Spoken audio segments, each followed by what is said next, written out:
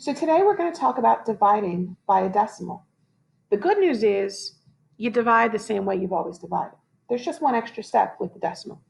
Let's look at our first example. If I have 6 8/10 divided by 2, I'll set it up in the long division form.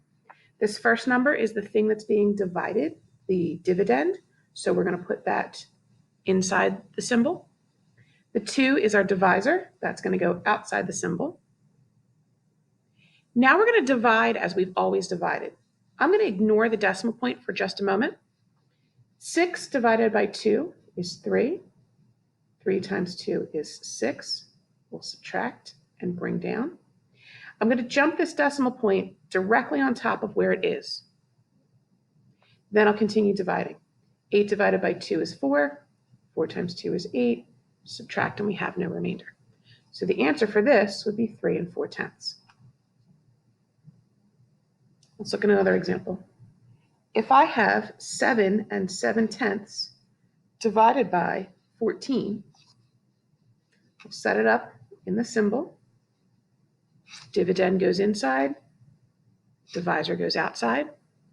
If you want, you can actually put the decimal on top, shoot it up directly on top of where it is, and then you can start dividing.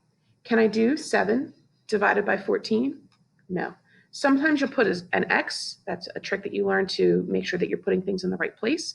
You can also use a 0, a little bit more of a sophisticated way of doing it. So now I'm going to have 77 divided by 14. This is like somewhere between 10 and 20. This is somewhere between 70 and 80. I'm going to take a shot and say that this is 5. So I'll do 5 times 4 is 20. 5 times 1 is 5 plus 2 is 70. We'll subtract. I have 7 left over. Now, it would be very weird to have a decimal with a remainder. So what we do is we annex a 0 and we keep going.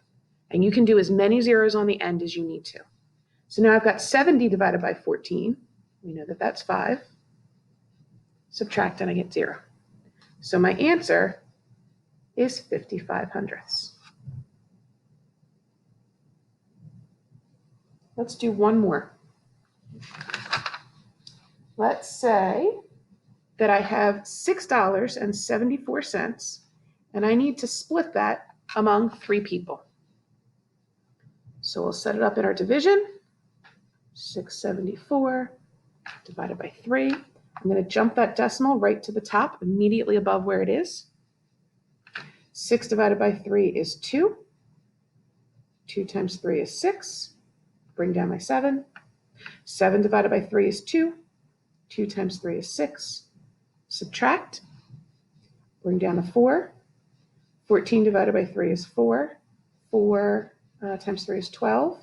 We'll get 2. And again, I can't use this as a remainder. So I'll annex a 0, bring that down. I've got 20 divided by 3, which is going to be 6. I can do it again. You're going to start to see a pattern in this one. Every time I do it and add a 0, I get 20, and then 18, and then 2 left over, and then 20, and then 18, and 2 left over. This is what we call a repeating decimal. So you can write the part that repeats with a bar over top of it. That's a shorthand symbol that tells you that that number is going to go on. You're going to have a bunch of 6s as long as you could ever possibly imagine. Now, if this was a word problem and you said, how much is each person going to get? You're going to have to make a decision because we usually don't have parts of a penny, right? This 6 here would be a part of a penny. So I'm going to round.